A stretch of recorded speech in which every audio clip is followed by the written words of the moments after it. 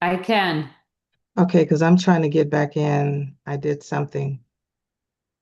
Oh, come on, Dee Dee, what did you do? Where is it? Here we go. I get these ads on the side. Okay.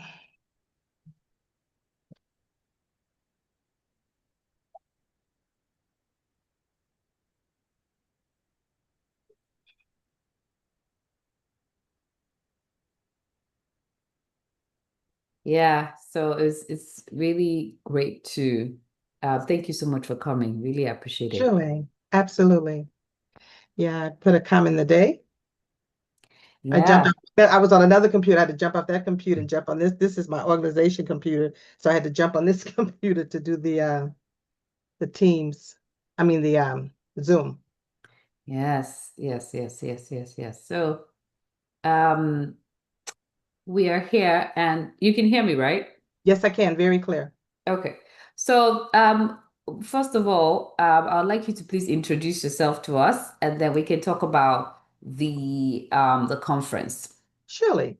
I am an ordained minister that work with women in treatment, whether they're housed in prisons, jails, recovery centers, or at a recovery home. And we started this organization back in 2006. So we're coming up to our 20th year next year. But basically, what we provide is recovery management. We try to help the women to understand life after treatment. Hmm. Wow, Yes, wow. All right, that's fantastic. Thank you so much for doing that. surely. And, and so of course, this is Living Vines. Our organization is a faith-based organization where we provide evidence-based mental health Hmm. and substance use Hmm. and substance use care to, everyone. We provide to men, women, children, everyone. And we're Okay, currently in Nigeria. And so I want to, thank you for coming to do it for the conference. The conference surely. is on July 29th, July 30th, and then 31st. August 1st. Yes. Yes. And, I wanted one of the things that we're going to be talking about, I think you're also going to be talking about is about women, treatment for women, basically. Hmm. Hmm. And there's a lot of stigma attached to women and mental health and substance use.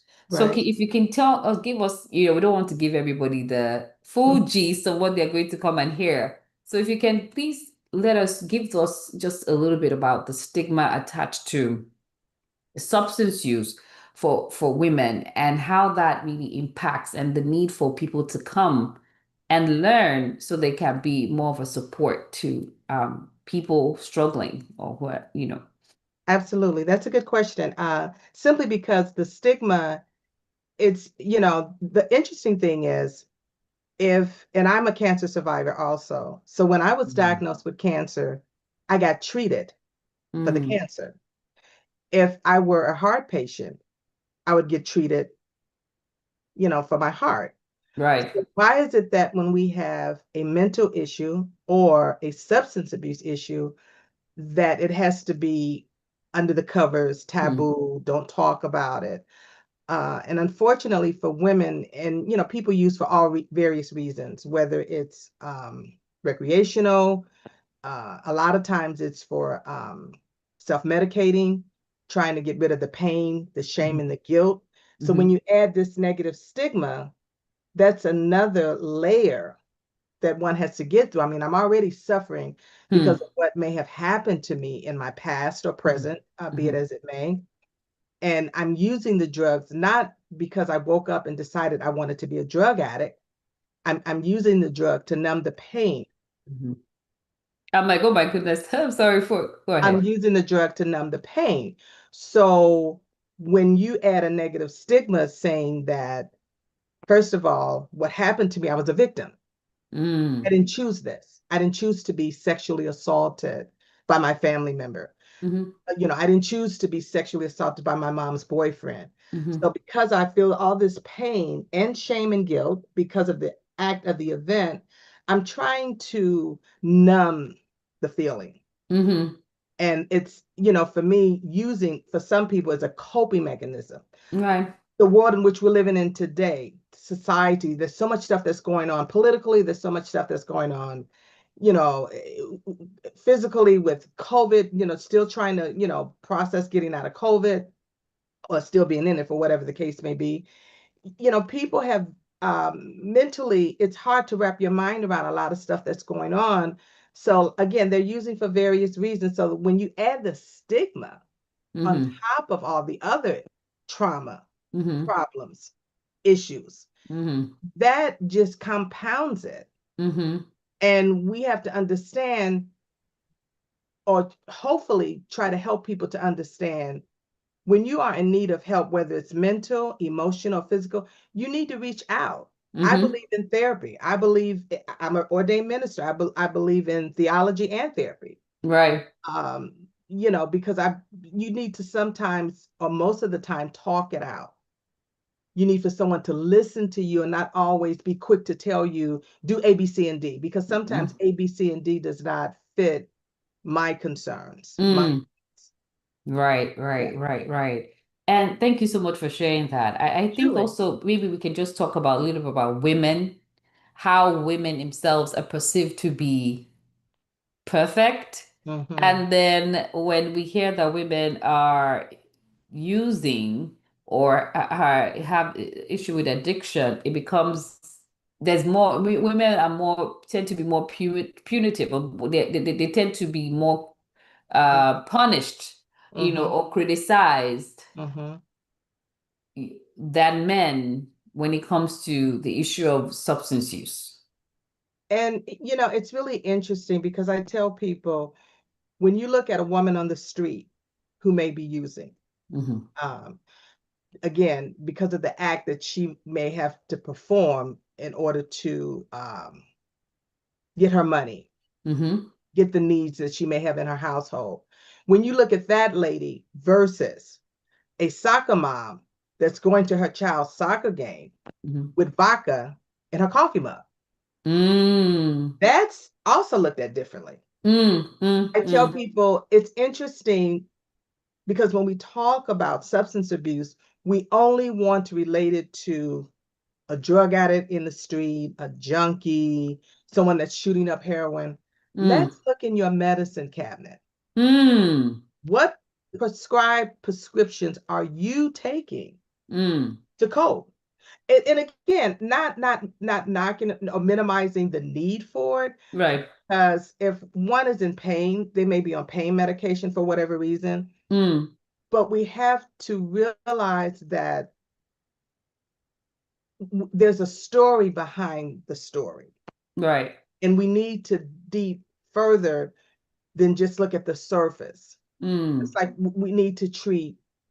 We're too busy treating symptoms and not Hmm. causes. Hmm.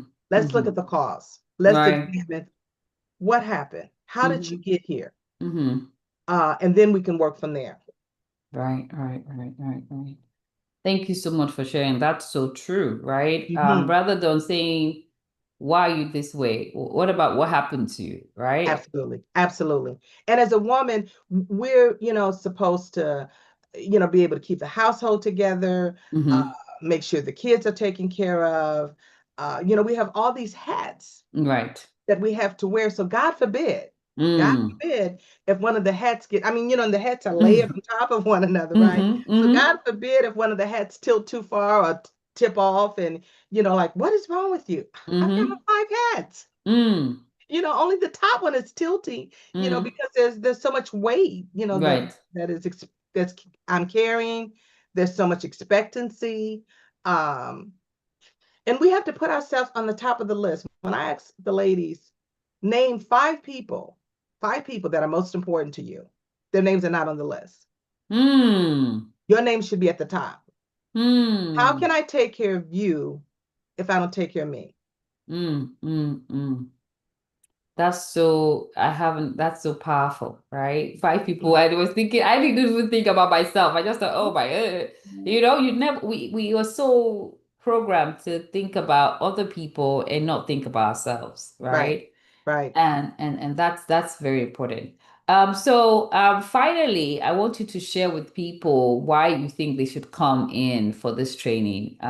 Yes, Because I feel like people feel like maybe this is just for a certain number of people, of certain people, and I'm like, this is for everybody. exactly. So yeah. Well, we're putting together, and I'm so first of all, thank you so much for having me as being one of the panelists to be, for the conference next month.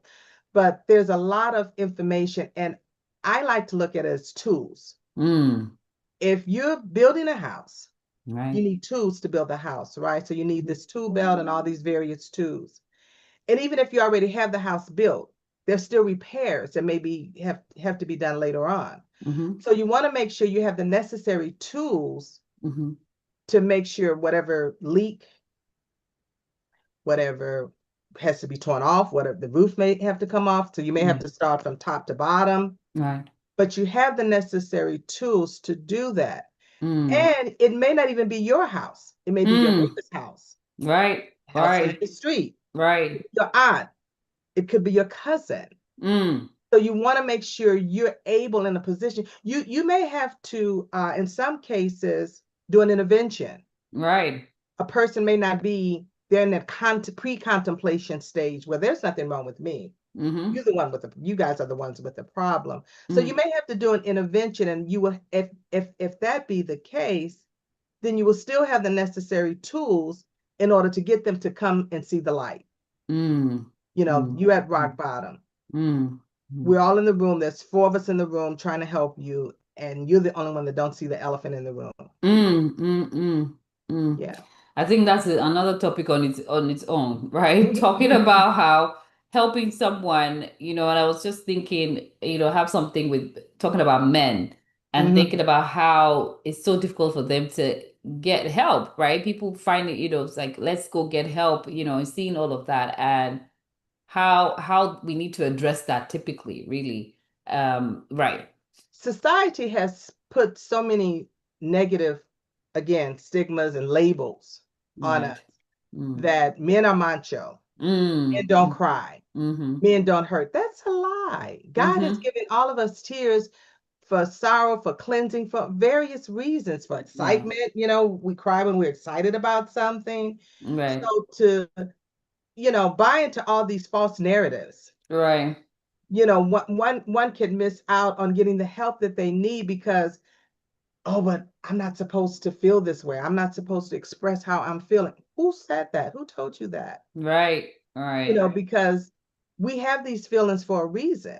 Mm. And we do have to understand also in it, processing through that we have to understand our thoughts versus our feelings. Right. Because a lot of times we get our feelings, you know, uh, tangled up and tied up in our thoughts. Right. Right. So when processing, I have to ask myself, is this a true fact or am I just my perception? Mm-hmm. Because now everybody's into their truth. No, I have to live by the truth, which is Right. God, right? Right. So Right. I have to ask myself, and when things occur, is this you thinking this way? Is this healthy? I mean, is this helping you? Mm-hmm. Or is this a reality and a fact? Right. And when we realize that we don't have to govern ourselves based upon the narratives of society, Mm. based upon the word of truth, Mm. then that way we could seek the help because, God tells us, you shall know the truth and it shall make you free. Right. So we're free already. Mm-hmm. Not to say that things are not going to occur. He said we'll have trials and tribulations. So as we have these trials and tribulations, whether they're in substance abuse, whether they're in, mental illness, we need to feel free enough to get the help that we need, or to at least find a safe space Mm-hmm. to share the information Mm-hmm. and to, be able to talk about it, to, get the help that we need.